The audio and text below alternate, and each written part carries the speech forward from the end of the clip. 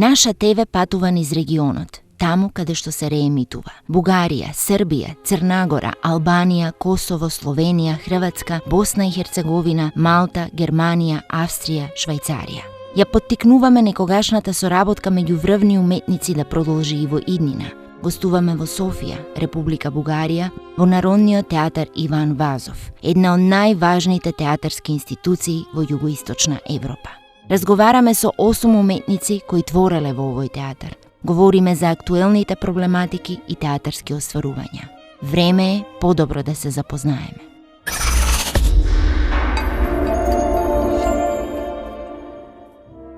Дејан Донков, најголемата актерска звезда во Иван Вазов. Актер со најголема сценска моќ. В нашата професија за мене не може без истината.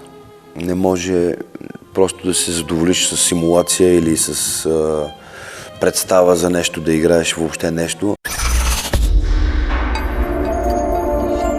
Дејан, чест ми е што си до мене. Многу често сум размислувала што е тоа што ќе те прашам прво кога ќе те сретнам. Затоа што многу пати додека сум те гледала, сум посакала да те прашам, баш вчера кога разговаравме и со Морфов и со Рени,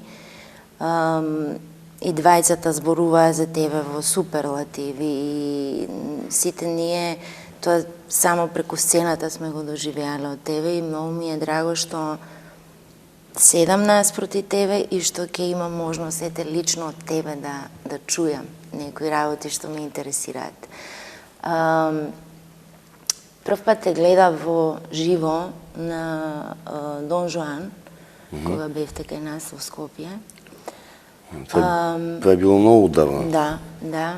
Јас бев студент тогаш, се сеќавам. И Дон Жуан е едно од моите омилени дела. Многу го сакам тој лик, затоа што тој е толку голем што може да освои се што ќе посака. Може да освои оваа фотелја, оваа слика, овој театар, може да освои се. Тој е толку голем што Бог му вели, ќе ти фрлам гром. Тој му вика, удри, фрли, ајде. Удри. Не ти се плаша, нели? Да. Ајде да почнеме од таму, Дејан, како, нели, ние често сакаме да одиме наспроти природата. Дон Жуан е човек кој што се дрзне да оди наспроти неа и не се плаши од ништо. Како гледаш од аспект на животот, на нашата професија? През очите на Дон Жуан ли имаш предвид? Да. Ами, най-първото, ние отдавна не съм влизал в неговата кожа, нали, доста години вече не го играем. Но така или иначе, според мен при него водещото е това, че когато обичаш живота във всичките му форми, някакси страха остава на заден план. Аз също като човек имам до някъде такива допирателни с този герой, защото също обичам да обичам. И в този ред на мисли, независимо от това, че той, нали, едни го наричат злодей или такъв, аз по-скоро бих казал, че съм фен, защото Бог обича смелите. И когато сърцето ти диктува нещо и казва, искам да постигна това, независимо каква е цената, трябва да се действа просто през сърцето. Така че както, нали, едни от първите уроци в надвис е това да бъдеш адвокат на твоята роля, да я защитиш, нали, достойно. Ние добре знаем, че отдавна, нали, театъра не е само добър, аз играя добрият и лошия. Затова аз винаги съм смятал, че човек е сложно животно и в него бушуват такива високи чувства, ниски страсти, какво ли не. Така че аз съм за това да има такива герои. Сложни, противоречиви, интересни за изследване и за провеждане, нали, след това на сцената. Да, Низнив и акторът расте, открива нещо ново за себе. Мислам дека таа класична драматургија има оставено много ликови кои што се толку силни, што кога и да им се навратиш, неважно кога се напишани, секогаш имаат нешто ново, некој нов актерски предизвик. Ти си играл многу такви улоги и да, слава Богу. Да, просто секој актер да завиди, нели, процесот, да го поминеш процесот на градење на таква една голема роља, која што е безвременска, како да кажам, останува некаде. Вчера зборувавме со Морфов, гледав едно негово интервју на 100-та изведба на Дон Жуан и вели, не е готова представата, не треба да се доправи, има некои делови. Той винаги е недоволен. На 100-тото представление. Да. Аз тогава си спомням, че откраднах си за вкъщи от това представление. Дадоха ни шпаги, саби, нали, нови. И аз тогава питах Сашо, викам, Сашо, аз мога ли си открадна една шпага тук за вкъщи, за спомен от 100-тото? И той вика, взимай. Така че вкъщи имам една от 100-тото представление. Забита в един полюлей, така съм я запил. Тоа се реткост е тоа во театрите, посебно кај нас, например во Македонија, ретко се игра толку долги години. Една представа да играш 100 пати, 200 пати, 10 години, 20 години, тоа е сериозен период. И сега сакам да тргнам од него како режисер, кој што вели никогаш представата не е готова. Како ти размислуваш на тоа, нели, како што расте представата, така и ти како личност некако растеш, се менуваш и треба да имаш екипа која што исто чувствува со тебе дека сака да ги промени работите, а не да бидат исти такви како што се направени пред 20 години, пред 10 години. Како гледаш ти на тоа, како пристапуваш на тоа, како... Аз смятам, че както живота е непредсказуем, така едно представление е непредсказуемо. Тоест, ти имаш рамки, обаче вътре в тези рамки си абсолютно свободен. И мисля, че за мен е много ценно това да се умявам, да мога да излизам като... Аз го наричам така, да зануля преди представление, да нямам емоции. И независимо дали е премиера или 10 години след премиерата, аз обичам да репетирам. По време на спектакъл, пред публика. Ето, онзи ден имахме, нали, на Ярней това, което говорихме, Орфей. И много ми хареса това, че той точно по същия начин каза. Това вика, просто enjoy, репетирайте. Защото премиерата е просто една дума. Ние вече сме го играли много пъти, т.е. въртяхме го преди премиерата много пъти, така че за нас не е премиера. Това е премиера за зрителите. И мисля, че сега сещам и за един режисьор, който почина, светла му памет, Стоян Камбарев. Преди много години правихме 3 сестри с него. Той много обича да казва, нали, защото винаги идваше на всяко представление да гледа как се случват нещата. И той обича да казва, че едно представление трябва да се отглежда. Тоест, ако си представим, го сравним с бебе, нали, то се ражда и след това то почва да расте, тръгва в някакви посоки и ти трябва да го дисциплинираш, да го водиш и да го отглеждаш. Така че мисля, че Сашо е много прав в това, че то никога не може да бъде готово. едно представление, т.е. да бъдеш завършено, да го пакетираш, да го опаковаш и да кажеш това е продукта. Не казвам, че не е възможно такова нещо, но за мен по-интересно е да го изследваш винаги, да стигаш все по-дълбоко, да откриваш нови неща, защото то наистина тези силни текстове, класически, да кажем, нали, конкретно Дон Жуан, той е неизчерпаема материя. Да. Той си е само, ако щеш само Дон Жуан, ако го гледаш, той самия е една вселена. Тоест това е безкрайно. Ти можеш да черпиш безкрайно. Освен това, друго нещо, което много аз вярвам, нали, мой любим драматург Харолд Пинтър казва: ето днес е слънчево, аз днес съм станал в 11, нали, пил съм кафе и така. Това е едно. Днес е един ден и аз, ако днес играя Дон Жуан, примерно, той ще дори според атмосферното налягане, как ти въздействаш, ти влизаш на сцената различен от вчера. Затова винаги трябва да се оставиш на това да бъде различно.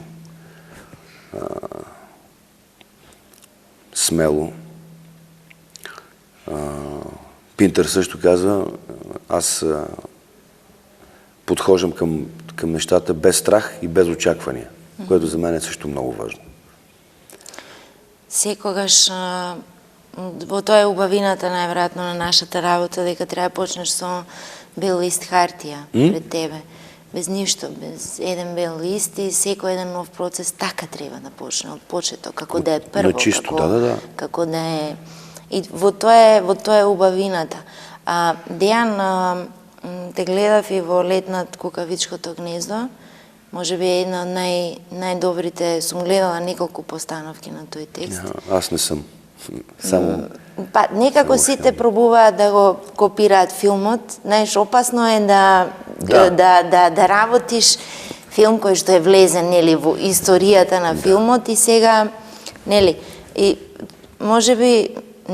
сигурна сум, тоа е една од најдобрите постановки што сум ги гледала, што воопшто не размислував на филмот додека ја гледав представата. Толку беше вистинско за вас самите, за тие што сте сега таму, актери, тие, а не некои други што некогаш тоа го направи. И тоа беше многу силно на сцена. Многу исто така голема тема, посебно за слободата на човекот, нешто што е наше секојдневие, цело време се бориме за таа слобода. Мекмарфи вели: добро, не ми е јасно на мене, вие сите тука се жалите дека не ви е убаво, а никој нема храброст да си оди. Нели, како си ја потиснуваме ние таа слобода и во нашата работа, и во самиот живот? Колку е за тебе важна таа слобода? За мен е абсолютно, може би е најважното това да си свободен, защото особено ако си артист, независимо дали си художник или актьор или музикант или какъвто и да било, свободата да се изразиш честно, без да искаш да се харесаш на всички, задължително трябва да е водещо. Може би най-силната реплика в Полет на куковиче гнездо, заради която, нали, която някакси, може би, осмисля цялото поведение и присъствие на Рандъл Патрик Макмърфи е: аз поне опитах. Тоест, ако не опиташ, си загубен. Не трябва да спираме да опитваме. Това ми е... това ми дава свободата и смелостта да опитвам всякакви неща. Ето, например, пак сега ми хрумва, защото най-последно репетирахме Орфей с Ярне и Лоренци. И там моят герой Орфей тръгва, нали, да слиза в долния свят при мъртвите, да търси Евредика и така нататък, знаеш. И при нас това тръгване е преди края на първо действие. И аз така тръгвам, нали, на този дълъг път и след това идва антракта. И аз съм поел, вече тръгвам, нали, и Ерней казва, ето тук е антракта. И сега си излизате, нали, пишем отзад на проектора, нали, на екрана антракт, зрителите си излизат, вие си излизате и после влизате. И аз казвам, а може ли аз да не излизам? И той казва, как? И казвам, антракта си върви, но аз също си вървя. Мисля, аз съм тръгнал вече надолу и той беше, да. И скефи много, нали, на штурата идея, нали, това, аз съм тръгнал и 15 минути по време на антракта аз си движа. И изведнъж той го прие с охота това нещо, нали, много си изкефи на това. След това зрителите споделиха, нали, хора, които това за антракта казаха, това е, вика, като, защото той е като метроном. Мисля, аз вървя в един ритъм много бавно, нали, от такова, не знае на къде още е тръгнал, но върви. И той им действа, те половината не излизат. Да. Не ми е ясно. Гледат, да, и сега той тък къде е тръгнал, някои излизат, нали, но са по-тихи, въобще. Само това нещо придава друга атмосфера на цялото. Да. Това е нещо, което ми хрумна и аз го опитах. И ето то така остана. И аз съм много щастлив от това. Той е много човечен, нали, много добър човек. И Ерней казва, ти сигурен ли си, не ти ли е тежко това цялото нещо? Питам няколко пъти, аз казах, не, напротив, това ми помага за след това. Нали? Точно. Вкарваме в друга кондиция, в друга... Да. Та така, трябва да опитвам. Да. И времето не можеш да го стопираш, нели? И то е много хубав момент да продължиш да си во нещото. Да, на секоја пауза ти сигурно си внатре, ама сцената има друго време. Трябва да останеш во тоа време. На таа сцена, во тоа сценско време. Рени вчера кажа нешто што морам да те прашам како ти тоа го доживуваш. Антигона сте работела сега со Морфов, она била асистент. Вика, Дејан е толку добар, што другите се плашат од тоа колку е тој добар на сцена. Това е пак свързано с свободата. И някакво майсторство вече, което си, нали, изградил с годините и така, но преди всичко е свободата да прекъснете. Да, во смисла, толку е добар Дејан на сцена, што останатите актери се плашат од тоа колку е добар, нели? Јас мислам дека тоа е еден возвишен миг кога ќе видиш нешто толку добро, просто се восхитуваш на тоа. Но повеќе го гледам како мотив. Мене, например, много ме мотивираат тие работи. Сакаш да си, кога ќе гледаш добра представа и си викаш, сакам ова да биде мое, нели? Да. Тоа те мотивира, како предпоставувам и актерите, нели? И сите ние кога ќе гледаме нешто, сакам ова да е мое, сакам да, нели? И тоа сакав да те прашам, например, како ти го доживуваш целото тоа, јас го гледам како мотив, како мотивирање за останатите, нели? Те, конкретно за Антигона, там са по-млада трупа. Да. И те имат и натрупвани от преди това, нали, че са ме гледали, има такъв, нали, респект, деца, нали, са ме гледали и затова се притесняват по някакъв, страхуват се. Това също е, така да кажа, много важно да можеш да се слееш, нали, с трупата, да им дадеш това, от което имат нужда, да ги накараш да не се страхуват. Иначе това да мотивираш, да инспирираш в хората някакви такъв възхита, нещо, което искат да са част от това, е прекрасно, защото много се радвам, когато, нали, млади актьори идват при мен в някакви моменти, нали, повече като сме в някакво заведение, нали, когато са пинали, се осмеляват и казват, аз заради теб съм станал актьор, така. Да. И аз казвам, това е смисъла, и това е смисъла на професията. Така че се радвам най-вече, защото напоследък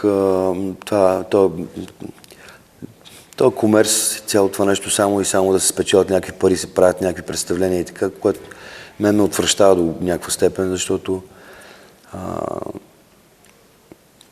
това да работиш за душата на зрителя, за това да се изпълни с възхита, с възбуда от това, което усеща, за мен е по-велико от това да мислиш само за комерциалната част на... От що се плашиш ти? Моите страхове последните години, последните 16 години, защото тогава за първи път имах дете, аз имам 3 момчета. Аз се плаша най-много за моите страхове, свързани с децата ми. Преди всичко, естествено, по-настоящем се страхувам от най-страшното нещо, войната, тия безумни конфликти. Що те мотивира в този страх? Този страх, какво ме мотивира? Да. Мене специално ме мотивира да си организирам място, където да мога да с моето семейство, защото аз имам сестра, тя има 2 деца. Ние сме там от Видинския край. Аз съм роден в Видин, там има едно градче, което е Белоградчик, там са моите 2 селца. И сега, примерно, си правим ремонти на къщите, на селата. Мотивираме да има и друго място, където да мога да се чувствам как да кажа, човек, да се чувствам. И това място е сред природата. Там, в моя край, искам да науча моите деца да заобичат природата, да се слеят, да знаят, че има и друго, че не е само това тук, нали, което ги заобикаля сега, че има нещо много по-важно. И мисля, че искам да ги науча да умеят да живеят в природата, с природата, с тия неща. Деян бев на премиерата на Карамазови овде. Сакам да ми го споделиш изкуството со Деян Пројковски. Тој ми беше мене професор. За него ќе кажам дека беше и родител и професор. Димитри е еден од најбурните. Експанзивните, да. Страствен, некогаш непромислен, тврдоглав. Може би растргнат помеѓу гревовите и искупување од тие гревови. Таков темперамент. Ете, сакам да ми споделиш. Ние бевме овде после премиерата и сите во фоајето го чекаа Дејан Донков да се појави. Се разбира, нели, имаат, како да кажам, створено идол од тебе и навистина голема почет. Јас бев со колеги од Македонија, од кај нас и така. Сакам да ми го споделиш искуството со Дејан, си бил и кај нас на гостување неколку пати. Ние с Дејан се познаваме още от академията. Да. Така да се каже, първо сме приятели и в последствие, нали, той работихме с него. Работата беше, как да кажа, генерално подходихме към тази материя с размах. Искахме да обемем това огромно свръхчовешки емоции, свръхчовешки такива, да се види онова необяснимо, онова сфумато, как да го кажа, на това, нали, онова, което не се вижда, което само може да се почувства и с Деян много си говорихме специално за Митя, нали, за Дмитрий Карамазов. Как не си искаше, нали, да е такъв абсурден герой заради това, че е трагикомичен. Тоест, толкова много неистово желание, нещо, че става в един момент, нали, от трагедията, изведнъж ти го видиш, може да се разсмееш от това, колко той, нали... Това са най-големите работи на сцена. Да се смееш и да плачеш во исто време. Односно, тажното да ти стане смешно, да се насмееш на собствената аз точно трагедия. Това успях да постигна там, нали, през персонажа ми, който, нали, дори гласа си свали, защото е описан, че му е продран от голяя и гласа му е продран такъв и дори гласа си го, нали, адаптирах спрямо това, което Достоевски е подал като информация за него. И това, че Деян, разбира се, ми даде свободата да действам. Имахме много добър диалог, т.е. когато му предлагах нещо, той допълваше, когато той предлагаше нещо, аз го допълвах. И това е много важно, за бързо да расте и да се разпуква една роля, да става все много пластова, много обемна. Така че, за съжаление, сега не се играе това, но това, което изпитах, нали, в това представление, беше абсолютно велико по някакъв начин, защото то е отвъд човешките възможности. Нали. Говоря специално за Митя, но това за мен важи и за всеки един от братята. Да. Защото това е... Ако аз би го направил, нали, би го разказал на сцена, би го направил много комиксово. Имам предвид... Той тук имаше нещо общо, но аз би го направил такова като свръхгерой, че те братята с свръхсили. Те наистина имат някакви свръхсили. Но това е, отделен въпрос.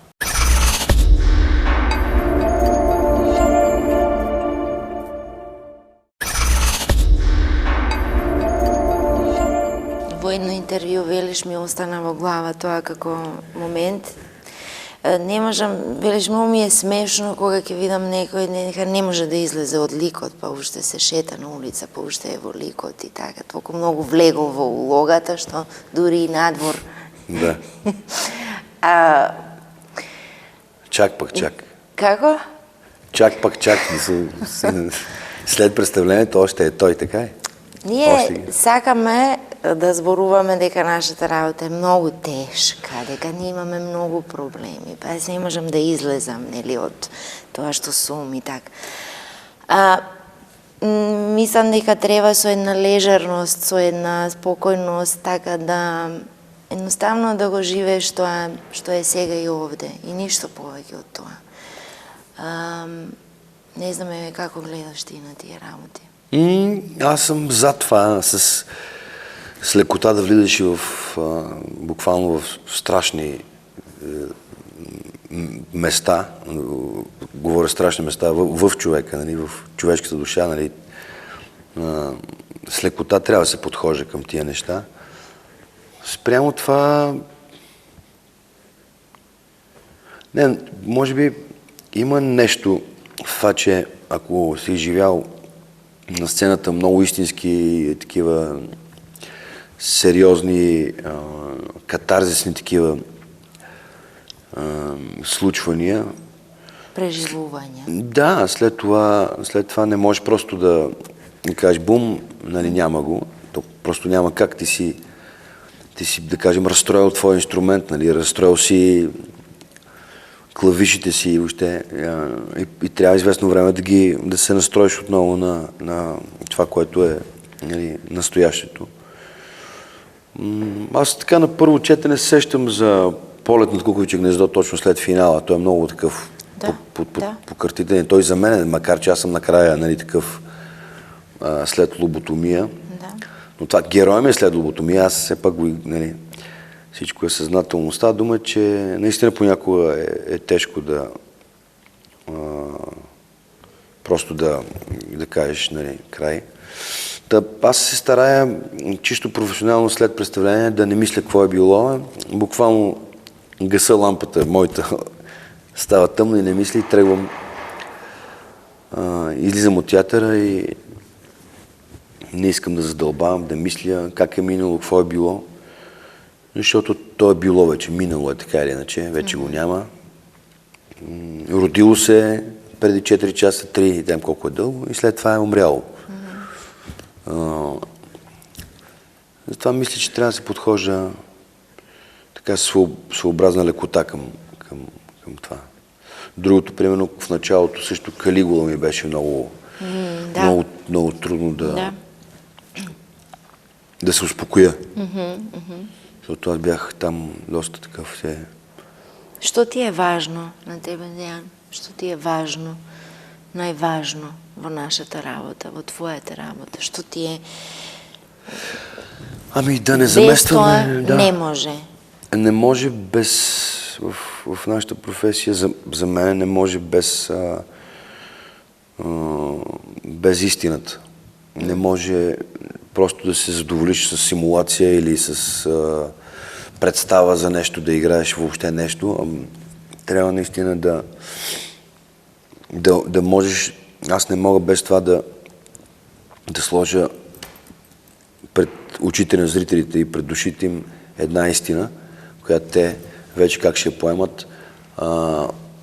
От тях си зависи, но това е много, много важно. Защото знаем много добре, че театъра е изкуство, което се гледа с очите, с ушите, но има и още нещо с този вътрешен взор, който може да го опулиш, той да промениш човека буквално. Ето сега това лято едно момче дойде да ми каже, защото правихме един workshop с моята жена, правихме workshop с деца, тинейджери деца, които ще кандидатстват, така. И дойде едно момче и каза, че неговата приятелка преди 5 години примерно искала да самоубие, да приключи с живота си. Ама била много тежка депресия и така. И гледала Дон Жуан и нещо се е превключила на някакъв друг. И това я е извадило от тая депресия, което означава, че е видяла някаква истина. Нещо друго за живота, някакъв друг вариант за живота, някакъв ход, който е спасителен, нали? И ето това е супер важно. Да, можеш ти да го направиш най-големиот, най-невидениот спектакъл. Нема да го промени светот, обществото, ама овие мигови, да, може да ме натера мене да размислам за нещо. Да. Тоа е големината, всушност. Ти много пред нас го работеле театърот за да променат нещо обществено. Не се случило некоја кој знае каква радикална промена, меѓутоа сепак влијаело во некаква човечка, како да кажам, промена. Скоро ме питаха какво е театъра за мене. И аз на прима виста така чисто импровизирах, го сравних с лазарет, т.е. такава лечебница за душите, място, където можеш да се хванеш сам за косата, да се изтеглиш от ежедневието, от това и да си отвориш, да видиш нещо ново. Кој е најголемиот проблем на театърот денес? Дејан, како е да се види дел од најважната куќа, театърска куќа во Бугарија? Најважната, најголемата театърска куќа? За мен може би това, че тук специално много се принизява това изкуство. Имам предвид, че го свеждат, в много театри се играят неща, които са много повърхностни, просто някакви халтури, както им казваме, на някакви смешки, някакви такива. За мен проблема е това, че като че ли на заден план остава това, което трябва да е на преден план. Това, което казах, което може да те излекува, което може да те накара да се успокоиш и да разбереш, че това, което мислиш, че е проблем, нали, след като изгледаш нещо, което те накара да видиш това, че, как да кажа, да видиш това, че това, което си мислиш за проблем е просто една малка грижа. И спираш да квалифицираш, да казваш това е така, онова е онака, просто да промениш така. Како ти ги менуваш работите? Како ти ги менуваш работите? Как ги Ги менуваш, како ти пристапуваш, како ти ги менуваш работите. Нели трябва да ги менуваме, да ги променуваме работите. Ами... Како? Мисля, че само със сърце можеш и с любов можеш да промениш каквото да било. Може да звучи и такова наивно или клиширано, но няма друг ход. И ето сега пак, нали, с Ярнея, като работихме, макар че е много тежко, трудно за асимилиране, пак там се корени, нали, там е отговора. Дори когато говорим за тежки теми, нали, смърт, загуби и така нататък, пак трябва да се отнасяме към това с респект и с любов. Иванов, сега целото ова што го зборуваш, знаеш, често ми станува безсмислено кога разговараме за вакви работи. Театър треба да биде ваков, треба да биде таков, а секојдневно некако има некои проблеми против кои не можеш да се бориш. Цело време како да се вртиме во еден круг. Пример, кај нас моментално има 200 невработени актери. Ние сме помала држава, меѓутоа има многу млади невработени, кои што се пола нив се тотално разочарани, немаат... Колку се губи, знаеш, јас ти разговараме за убави работи, нели?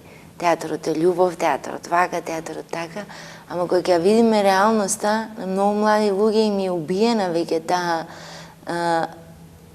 љубов, тој мотив. Не знам како е тука, како вие се грижите за младите луѓе, на кои што на нас најмногу ни треба тој мотив, најмногу ни треба таа љубов. Да, ние трябва да можем да ги зареждаме. Младите преди всичко с това да вярват, че могат да променят, че и те могат да променят нещо в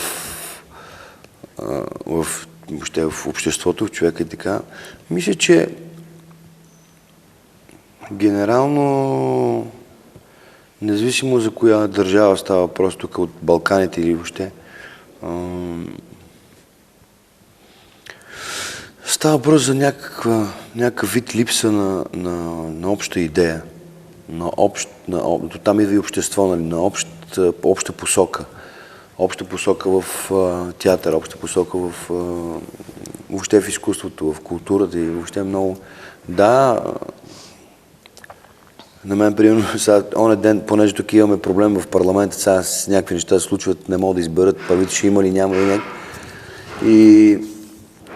И вместо аз това, което се случва, би го нарекал пародия на политици, на Народно събрание, пародия. Просто, нали, това е... А те го наричат театър. Там казват, това беше театър, това беше цирк. И аз бих отишъл там, нали, да ги науча малко, да им кажа, чакай сега, вие ще знаеш какво значи думата театър, че сравняваш вашата пародия на политици. Бих искал да им обясня, че не трябва да ме обиждат по това начин, защото те ме обиждат. Не можеш да наречеш вашите глупости, с които ни занимавате дори по телевизията, театър или цирк. Цирка, който пък е още мисля, в друга степен е абсолютно... Уште по-навредливо е кога политичарите ги нарекуваат актери. Да. Разбирам јас од кој аспект, ама актерството е сериозна професија сега, нема да... Да, извините. Да. Обидно ми е това нещо, но...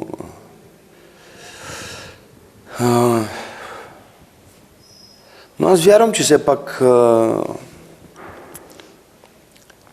както казва Митя Карамазов на края на представлението, казва, дори да не го виждам слънцето, вика да съм под земята, да работя в мина, нали, там, като... Казва, само това, че знам, че има слънце, това е целият живот.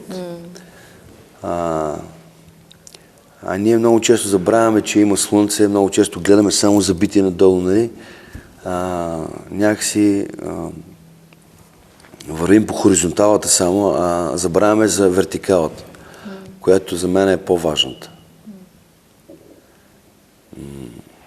Че пътя не е само напред, наляво, надясно или назад, а има и нагоре. И за мен това е моят водещ път. И това ми дава, мисля, че сили, защото много често, когато ми е тъжно, тежко или нещо, или съм много уморен, просто лягам и гледам нагоре. Нито надясно, нито наляво, нито напред, нито назад, просто нагоре. Си сакал некојаш да си заминеш от тука? Много пъти. Дори тук и сега ще го казвам, аз вече съм, нали, на 48 години и имам 3 деца и пак ми минава през главата понякога такива мисли, макар че не мога просто да напусна така... Дом. Предпочитам да ми е трудно, да ми е тежко, но да се справям с нещата тук, защото тук е моят дом. Кажи ми малко за Морфов, сакам да ми разкажеш, Дејан. Много си поменал со него. Од она што сум го разговарала со нашите актери, тој има работено и кај нас, сите зборуваат за него дека секој посебно открил некоја своја вистина за себе. Дека пробите со него се многу едноставни, а многу длабоки. Буквално во едно, како да кажем, едно откровение, една дружба со Морфов значи многу за актерите. Да, те го буквално го обожават, обожаваме, за просто по-младите така го... Това не е да го обожествяват или възвеличават, нали? Така става просто, че го обожават, защото той наистина може да прави вълшебни представления. Той наистина е много сложен по някакъв начин, защото в един момент иска едно, след това казва, нали, даваш му това, което той иска, той вижда, че не е това, иска друго. Изобщо той не спира да търси истината. Той също много мрази да се подправя истината, да се преиначава или да се прикрива или да се симулира. Той много обича простите неща, но да са точни и оголени, и истински, и ако е грозно, трябва да е грозно. Да е грозна сцената. Не може една грозна сцена да изиграеш хубаво. Нали? Тя е грозна или страшна, трябва да бъде такава. И ето сега, като работихме в Антигона, по-скоро той Антигона реши, че трябва да бъде. Не знам по каква причина, вероятно. Не, това си е негово решение, но и там аз играя Креон и просто ми е, че, нали, в началото тръгваме от буквално комедиен жанр, такъв буквално едва ли не Бъстър Кейтън или Чарли Чаплин, както би, нали, с такъв подход. Тръгнахме и постепенно в процеса на действието виждаме, че нещата стават все по-сериозни, този човек все повече се променя повече и докато накрая става чудовище. И няма връщане назад. И мисля, че този целият процес от абсолютно комедийно, нали, през така многожанрово и изобщо пакет от, както е живота, този пакет от жанра. Ти не можеш да кажеш това е само това или, както казах, нали, лош, добър и така нататък. При Сашо той много обича да да си противоречи в действието, да стане много тъжно, нали, в един момент буквално тръгва ти тече сълза и в същия момент той казва бам, това са глупости и нали го препикава и той обича, как той се нарича присмехулник, той обича буквално се гаври когато точно е много тъжно, той се изгавря буквално с това нещо, което е много ценно, защото нали, човек просто не може да знае какво ще очаква. Когато отидеш на него представление, ти не можеш да знаеш или да очакваш и така нататък. Така че, ако с една дума би го нарекал, той е неочакван режисьор. Како што е и надвор, кога ќе излеземе сега от тука, не знаеш што те очекува. Тој спои на трагичното и комичното е најмногу допира до нас. Да. Па и до вас на сцената. Да. Вистина рече вистината, Ева, за крај некако да го заокружиме овој разговор. Дејан, мислам дека никогаш не можеме да откриеме што е вистина. Секојаш се потсеќам на еден зен учител кој што научил се и ги запалил сите книги. Откако научил се, ги запалил сите. Мислам дека тоа е едно секојдневно ново откривање, дека до вистината, до сега, до оваа вистина ќе стигнеш по некаков пат, но тоа е нешто што не може да се открие. Цело време треба да се открива и ново, и ново, и ново. Не знам, според мен истината и за изкуството въобще е светлина, някакси светлина. Ако няма светлина, то ще е мрак. Нали? Ние сме войни на светлината, според мен. Видите, поне аз така се чувствам. Трябва да можеш да осветиш в душата на човека, да му стане светло, да му стане леко, независимо колко тежко нещо е гледал. Трябва да може вътре да влезеш в мрака на човека и да запалиш един пламък и той там да знае, че ето това е, както се казва, нали, моята пътеводна светлина тръгва и знае, че има посока, има светлина. Да. Пак, както Митя казва за слънцето, да знаеш, че го има. Да. Това някакси е достатъчно за мене, за моята истина. Бих и сравнил с такава една топла светлина и усещане за топлота, нали? Да. Имаш ти приватен живот, имаш и ти свои проблеми, не е само проблемот на театарот. Да. Но пак на крајот сметам дека оваа професија е благородна професија, затоа што ти помага суровоста на животот твој, личен, полесно некако да го надминеш со твојата креација на сцена. Некако не можеме да избегаме целосно од оно што ни се случува надвор. Имаме секојдневие со разноразни глупости, нели? Но сепак, на овој начин, тука, на сцената, можеш да се избавиш некако од тие, да ги преживееш на друг начин, да ти помогнат. И заедно с тебе да избавиш и другите, които са в залата, в салона. Да. Мисля, че това някакси е смисъла. Както казва и наш поет, смисъл на живота сигурно е самия живот. Да, той казва, питаме се какъв е смисъл на живота, пък смисъл на живота е самия живот. Вода газим и стоим жадни. Това е парадокса някакси не на живота въобще, но на някои, които не вярват в него. Трябва да се опитва. Да се опитва. Фала ти много, Дејан. И аз благодаря. Би сакала да со твоята емоција на сцена да промениш уште многу животи. Много срца, амин.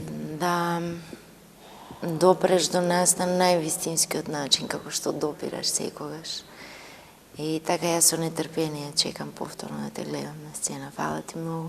И аз благодаря. И каня зрителите, когато могат да дойдат да видят нещо, в което ще се намерят сами себе си и ще се спасят. Да.